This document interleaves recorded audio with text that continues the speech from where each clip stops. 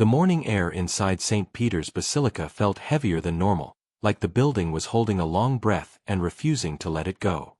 People arrived in careful lines, guided by quiet signals and soft footsteps that barely disturbed the marble floor. No one wanted to be the sound that broke the moment. The lights were gentle, falling on stone and gold and dark fabric, and everything looked still, like a scene that had been arranged and then left untouched. At the center, the coffin rested with plain dignity, the kind of simplicity that made the whole place feel even larger. The Vatican staff had prepared every detail so the farewell would move like a clock, smooth and precise, without surprises. Even the air seemed trained to behave. Along the aisle stood the Swiss guards in their bright uniforms, each one positioned with exact distance and exact posture. Among them stood Luca, young but already known for being steady and serious. His shoulders were square, his gaze forward, his hands trained not to fidget. He had practiced standing like this in heat and cold, during long ceremonies and busy crowds. He knew what people expected when they looked at a Swiss guard, and he usually gave them exactly that. Stillness, strength, discipline. Today, though, Luca felt something tug at his attention, not like a loud thought, but like a small pull that kept returning. He told himself it was just the weight of the day. It was normal to feel unsettled. The world outside was watching, even if cameras were limited and rules were strict. Leaders, clergy, and guests had arrived from everywhere. Luca could sense how many eyes were present even when those eyes were lowered. The silence in the basilica was not empty. It was full of meaning and memory. As the guests settled into their seats, Luca noticed a row near the front that did not look like the rest. The people there were dressed neatly, but without the polished confidence of officials. They held themselves carefully, as if they feared taking up too much space. A few clutched small items in their hands, like they needed something familiar to stay grounded. Luca recognized them because he had seen their names on the special list. Ordinary people who had been invited personally, not for power or status, but because Pope Francis had asked for them. People from shelters, aid centers, prisons that focused on rebuilding lives, and small community groups that rarely got the world's attention. Luca tried to keep his eyes forward, but his gaze kept returning to one woman in that row. Her name was Anna. Luca had heard it when staff quietly checked the list. She was not young, but she was not old either. She looked worn in the way someone looks after years of carrying more than they should. Her hands held a rosary that looked used, the beads slightly dulled, the string tight from being pulled too many times. Her shoulders rose and fell with controlled breathing, like she was trying to keep herself from shaking. Tears gathered at her lower lashes and slipped down her face without any dramatic movement, as if grief had become normal for her and she had learned to make it small. Luca remembered seeing Anna once before, years earlier, on a day that had seemed ordinary until it wasn't. The Pope had visited a shelter in Rome, not for cameras, not for applause, but because he wanted to speak with people who felt forgotten. Luca had been assigned to a security position outside, near a side entrance, where he could observe without interfering. He had watched people arrive with cautious hope, like they expected the world to ignore them even in that moment. Then the Pope had walked in with that quiet warmth that made people lean forward without realizing it. He had spoken with many, and he had stopped with Anna for less than a minute. Luca had been too far to hear the words, but he had seen the change in her face. A small lift of the eyebrows, a sudden release of tension, a soft nod that looked like permission to believe in tomorrow. Afterward, Luca had heard a staff member say that the Pope remembered faces more than people realized. He remembered names, too. Luca had also heard a line that stayed with him, that the Pope wanted certain guests at his funeral one day, not the usual people, but people who represented what he cared about.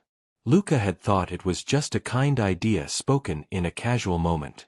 Now Anna was here, sitting close to the front of the world's most famous church, as proof that the idea had been real. The ceremony began with low chanting and prayers. The sound moved through the basilica like a slow river, steady and calm. Luca remained still. His job was simple in theory. Stand, watch, protect, and do not become part of the story. The guard was meant to be a frame, not the painting. Luca knew this deeply. He had been taught that the strength of discipline was that it made the moment about something bigger than any one person. But Luca kept noticing Anna's hands. The rosary moved slightly as her fingers pressed each bead. Her lips did not move much, but Luca could tell she was praying. Her eyes kept drifting toward the coffin, as if she needed to confirm it was really there. At one point, her breathing changed, and Luca saw her shoulders tighten. She looked down quickly, as if she did not want anyone to notice her breaking. She pressed the rosary against her palm like it could anchor her. Luca felt his jaw tighten. He reminded himself that the rules existed for a reason.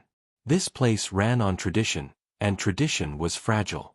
One wrong movement could become a distraction, and a distraction could become chaos. On a day like this, even a simple gesture could echo too loudly. Luca told himself that compassion could be silent. Compassion could be simply allowing someone the space to grieve. He told himself that the best help he could give was to do his job perfectly, so the ceremony stayed safe and smooth. Still, the pull returned. As the prayers continued, Anna's quiet control slipped. A small sound escaped her, not a scream, not even a clear sob, just a broken breath that came out uneven. She covered her mouth with her hand and leaned forward, shoulders shaking once. She tried to stop. She tried hard. The effort on her face made Luca's chest feel tight. She looked like someone who had practiced being invisible for a long time, and now she was afraid of being seen at the worst possible moment. A senior guard farther down the line glanced briefly in her direction, and then straight ahead again. No one moved. That was the point. The system held. Luca's hand stayed on his halberd, but he felt warmth spread in his palms, the way it did when he was nervous. He stared forward, then forced his eyes to focus on a fixed point in the distance. He tried to return to the discipline that had always carried him through. The chant continued. The air remained quiet. Then Anna's shoulders shook again, slightly stronger this time. She lowered her head and held the rosary with both hands. Luca saw her fingers tighten until her knuckles looked pale. The sight stirred a memory in Luca of his own grandmother, who used to hold prayer beads the same way when she was worried about someone she loved. The memory was simple, but it hit Luca like a sudden wave. He felt his foot shift, just a fraction. He caught himself and froze, annoyed at his own body for wanting to move. He was trained for this. He was trained to be a symbol of steadiness.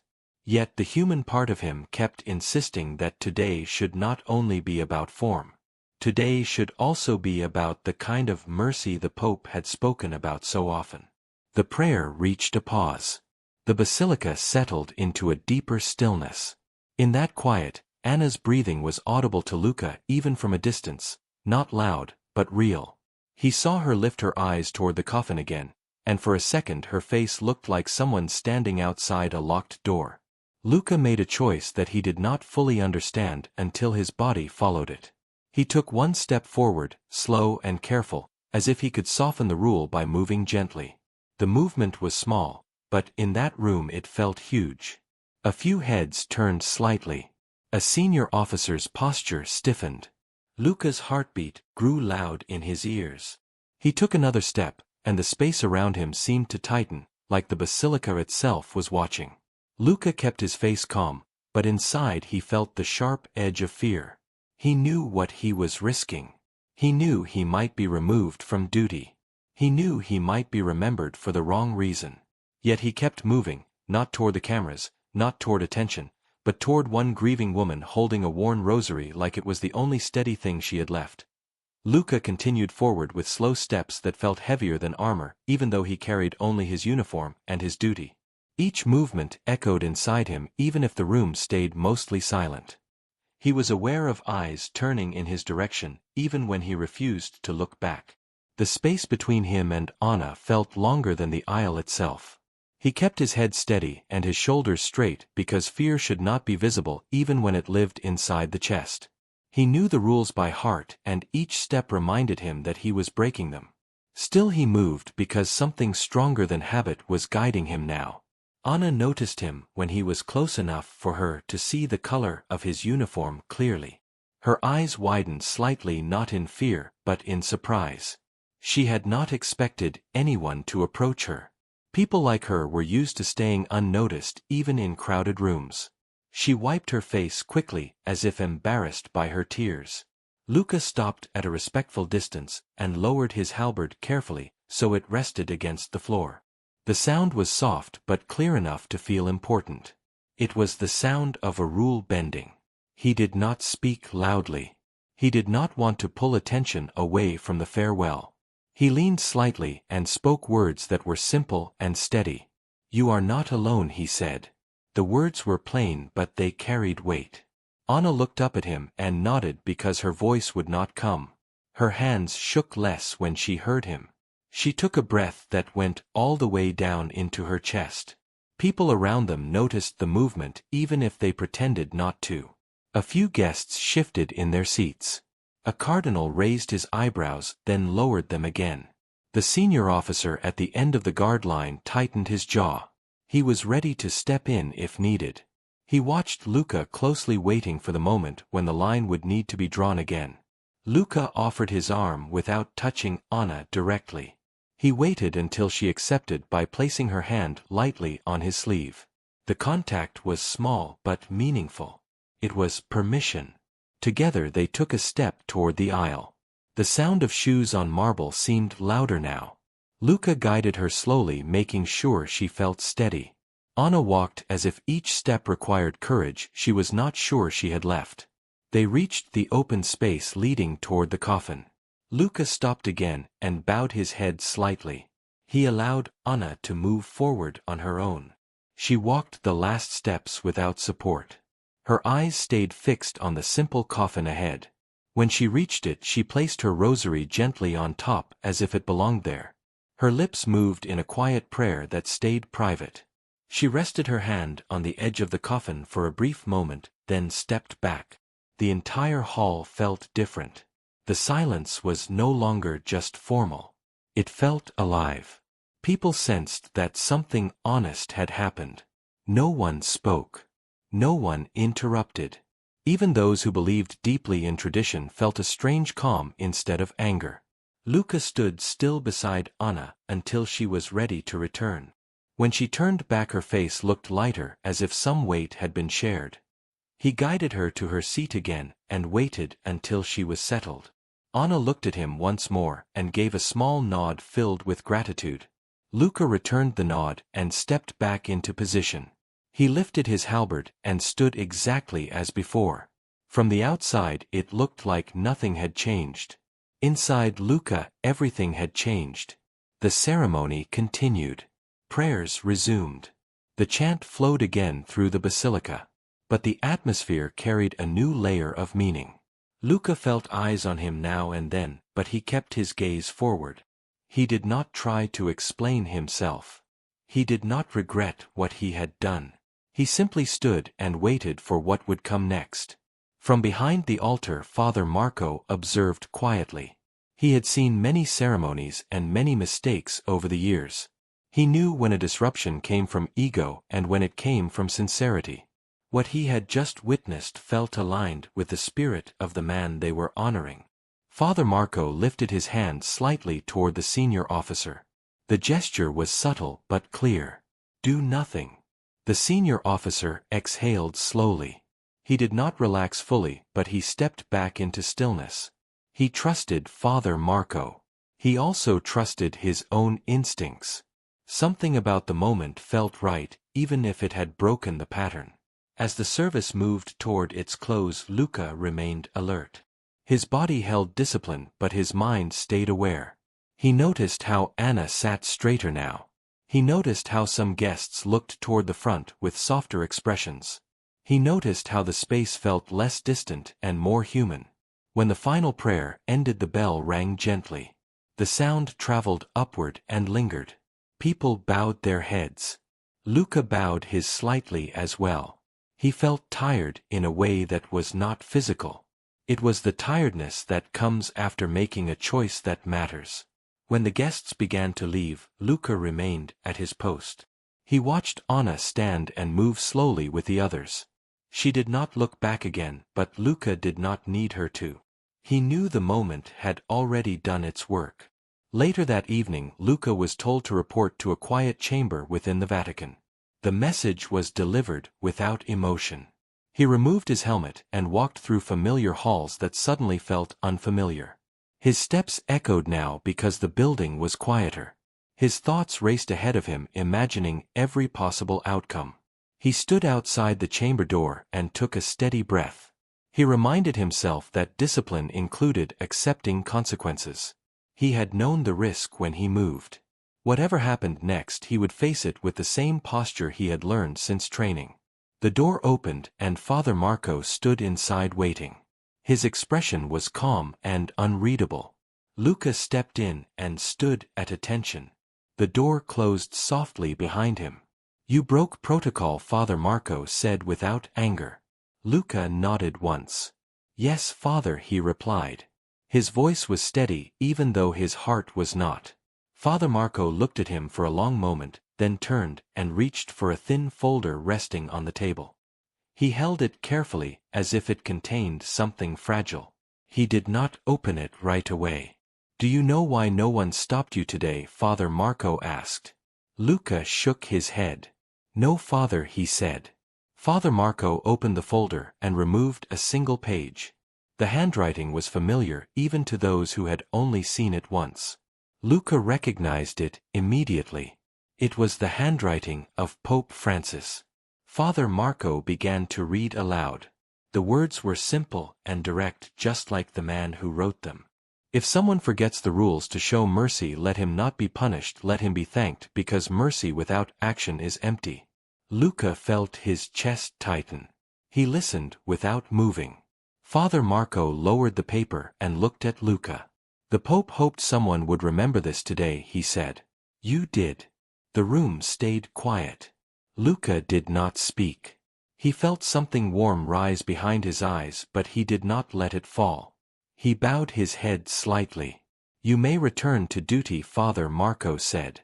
"There will be no record of this moment. Some things are meant to live only in memory." Luca nodded again. "Thank you, Father," he said. As he left the chamber and walked back through the halls, Luca understood that what he had done would not be written in reports or announced to the world. It would exist quietly, just like the mercy that inspired it. And for the first time since the morning, he felt completely at peace.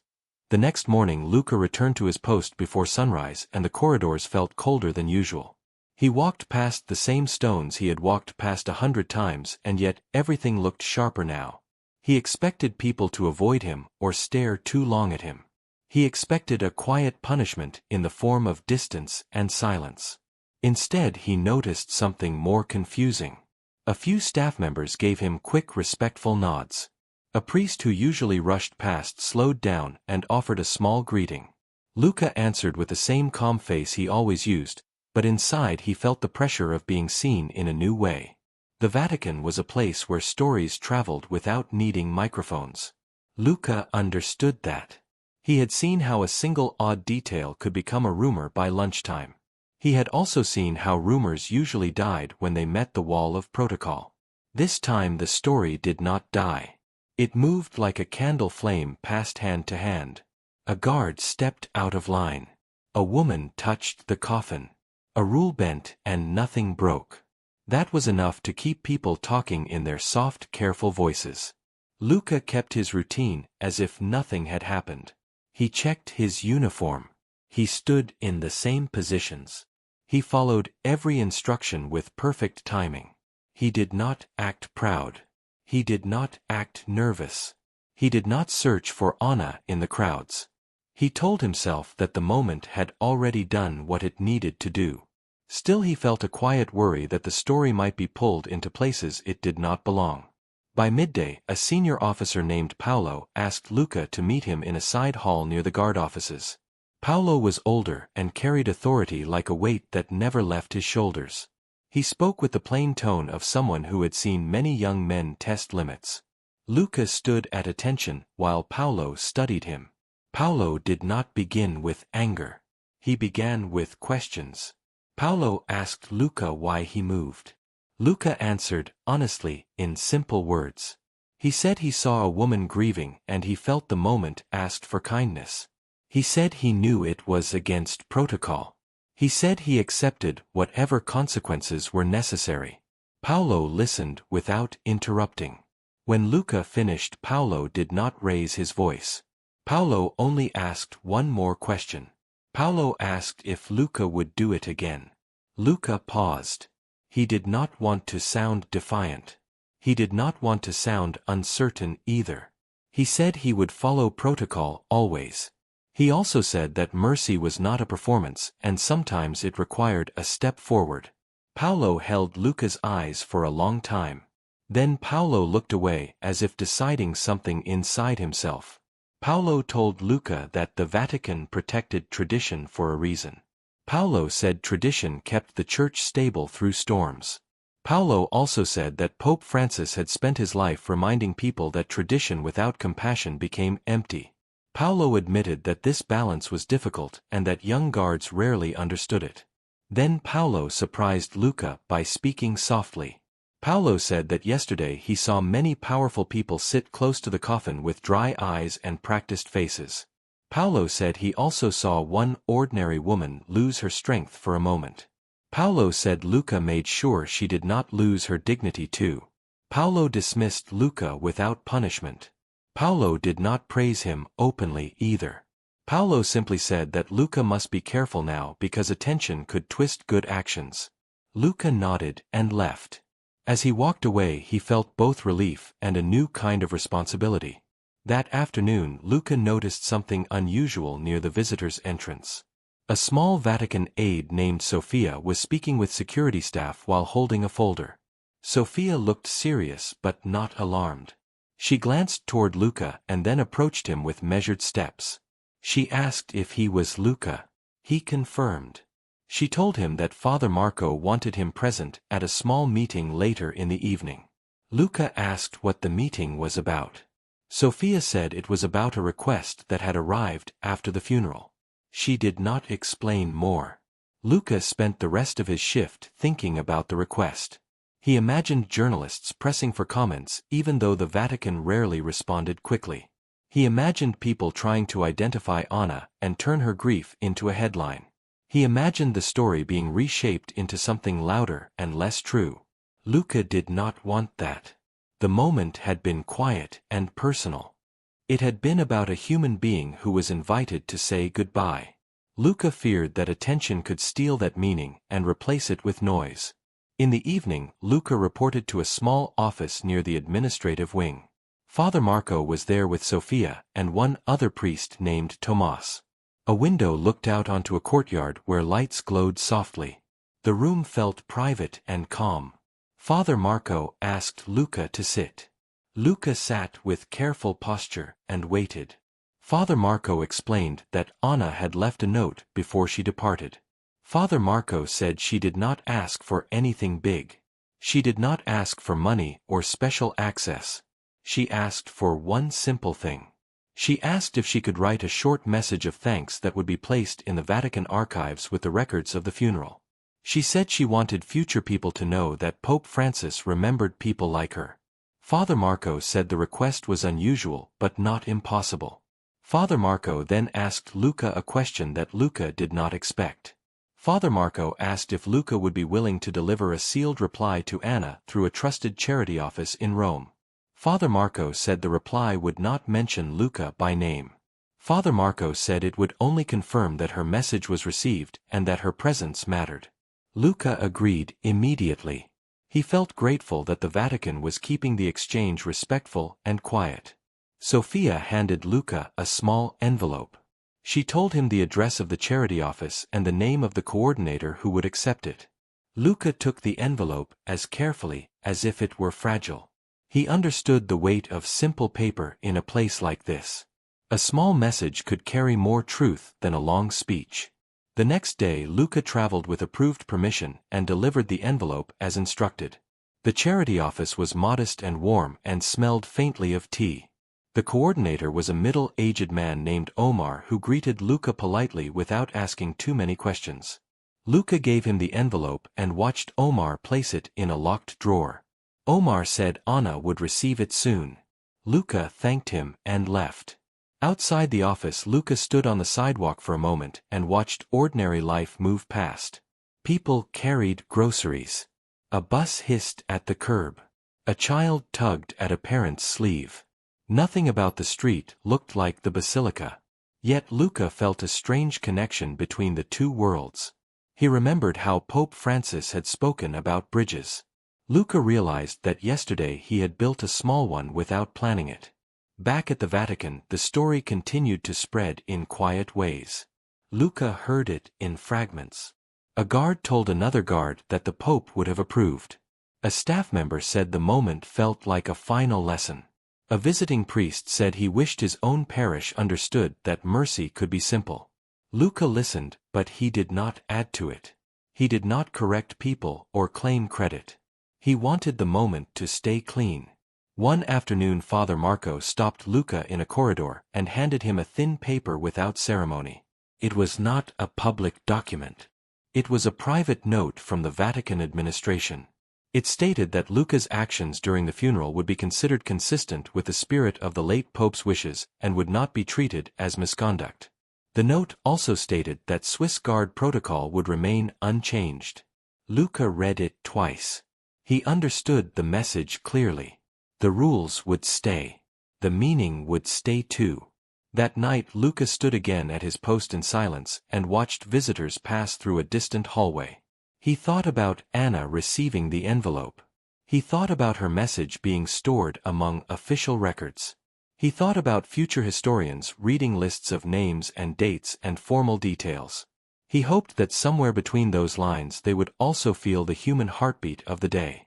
He knew he could not control how the world would talk about the moment. He could only control how he carried it. Luca steadied his breathing and returned fully to stillness. He did not feel like a hero. He did not feel like a rebel. He felt like a person who had made one choice and would now live responsibly with it. The basilica would always be filled with tradition and ceremony. Luca understood that. But he also understood something else now. In the quiet space between rules and people there was room for mercy. And sometimes that room was exactly where Pope Francis had wanted the Church to stand. In the weeks after the funeral, the Vatican returned to its usual rhythm, and the change was so subtle that outsiders would have missed it. The guards stood where they always stood, and the bells rang when they always rang, and the marble halls stayed cool and quiet. Luca kept doing his duty with steady focus, and he did not search for attention or praise. He moved through each day as if the story about him did not exist, even though he could feel it in small moments. A priest would pause an extra second to greet him, and a staff member would lower their voice in respect, and a fellow guard would glance at him with a look that said they understood more than they would ever say. Luca accepted all of it without changing his face because he had learned that the Vatican carried secrets like stone carried weight. One afternoon Father Marco asked Luca to meet him again in the same small office where the letter had been read. Luca entered with the same careful posture and waited. Father Marco looked tired but calm, and on his desk lay a thin stack of papers tied with a simple ribbon. Father Marco said that Anna had received the envelope and that she had replied with a short note of her own. Luca did not expect that, and he felt his chest tighten with curiosity. Father Marco did not hand Luca the note immediately. Father Marco explained that Anna had asked for something very modest and very specific. She asked if the Vatican could send one copy of the funeral program to the shelter where she lived so the other women there could see that someone like them had been invited. She wrote that many of them had lost faith not in God but in people, and she wanted them to feel that they still belonged somewhere. Father Marco said the request had already been approved because it fit the spirit of Pope Francis. Luca nodded and felt a quiet warmth rise in him because the request was not about fame but about dignity. Father Marco then handed Luca the note. Luca read it slowly. Anna wrote that she had felt small in the basilica until Luca spoke to her. Anna wrote that she had carried the rosary for years and that it had seen nights when she did not know if tomorrow would be kind. Anna wrote that the moment at the coffin did not erase her pain, but it gave her permission to grieve without shame. Anna wrote that the Pope had once told her that mercy was not a word to repeat, but a choice to make, and that Luca had made that choice in front of the world without needing the world to notice. Luca finished reading and folded the paper carefully. He did not know what to say. He simply thanked Father Marco for letting him read it. Father Marco nodded and said that sometimes the most important work inside the Vatican happened far from cameras and speeches. After that meeting, Luca walked back through the corridors with slower steps. He thought about the shelter and the women there and how different their lives were from his. He imagined them sitting together with the funeral program in their hands and pointing to the small row where Anna had been seated. He imagined them feeling for a moment that a door had opened. Luca realized that a single act could keep traveling in ways no one could predict. It could reach places that the grand ceremonies could never reach. It could become a small light that did not ask to be admired. On the same day, Luca was assigned to a duty near a public entrance where visitors passed through in steady lines. Most visitors were respectful and quiet. Some looked curious and some looked overwhelmed. Luca watched them with the same alert calm he always used. Near midday, a young man in simple clothes stopped a little longer than the others. His name was Ben, and he was a volunteer from a charity group visiting the Vatican for administrative reasons. Ben looked at Luca with careful interest and then spoke softly. Ben said he had heard about the moment at the funeral. Luca did not respond right away. Ben quickly added that he did not want gossip and he did not want a story for social media. Ben said he simply wanted to say thank you because the charity workers in Rome had been talking about it with quiet respect. Ben said that many people who felt forgotten had felt seen when they heard that an ordinary guest had been treated with care. Luca kept his posture and answered in a calm voice. Luca said the day belonged to the Pope and the woman and the prayer. Ben nodded and did not press further. He left with a grateful expression, and Luca returned his gaze forward. That evening Luca spoke with Paolo in the guard office for a brief moment before shift change. Paolo asked Luca if he felt different now. Luca thought about it and answered honestly. Luca said he felt more careful and more awake. Luca said he still respected protocol because it protected order and safety.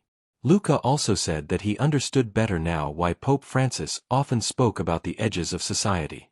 Luca said that rules could keep things stable, but they could also become walls if people forgot the purpose behind them. Paolo listened and nodded.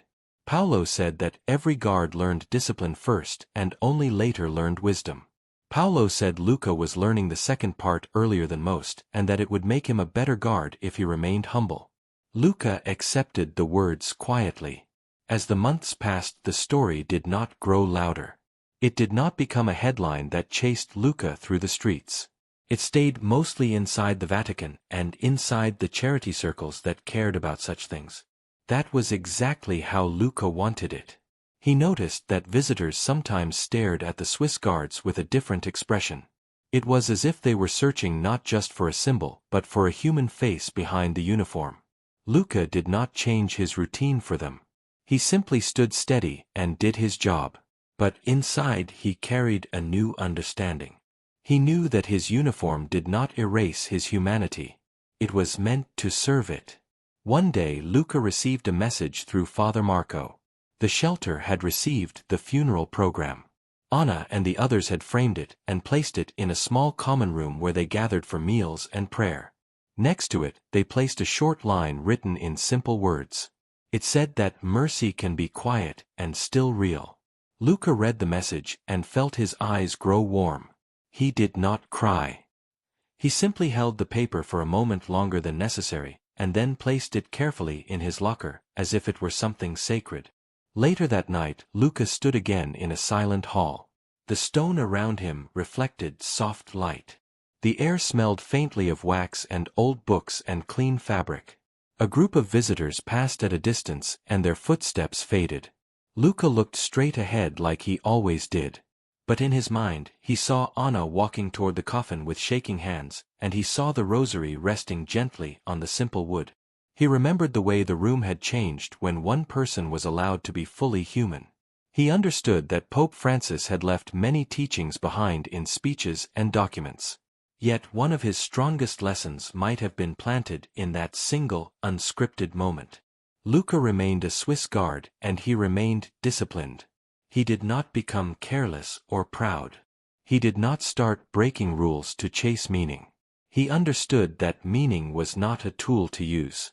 Meaning was something to protect. He learned to watch for moments when kindness could be offered without turning into a spectacle. Sometimes that kindness was as small as a steady presence. Sometimes it was as simple as noticing a trembling hand and making space for it. Luca realized that mercy did not have to be dramatic to be powerful. It only had to be real. When visitors later asked what Pope Francis was like, people often spoke about his humility and his warmth. Luca listened to these conversations as he stood on duty. He knew that the Pope had been many things to many people. For Luca, the Pope had become a reminder that faith lived in choices more than in words. Luca understood that the Vatican would always be a place of tradition and ceremony. He also understood now that tradition did not lose strength when it made room for compassion. In fact, it became stronger because it stayed connected to the purpose it claimed to serve. Luca held that thought like a quiet vow. In the end, the funeral day became part of Vatican memory in its official form, with records and schedules and names. Yet for Luca and for Anna and for the women at the shelter, it became something more personal. It became proof that a single moment of care could echo beyond stone walls. It became a reminder that the world could be strict and still gentle. It became a small bridge between the grand and the ordinary. And as Luca stood in silence with his halberd steady, he felt certain that Pope Francis would have smiled at how the lesson continued to travel.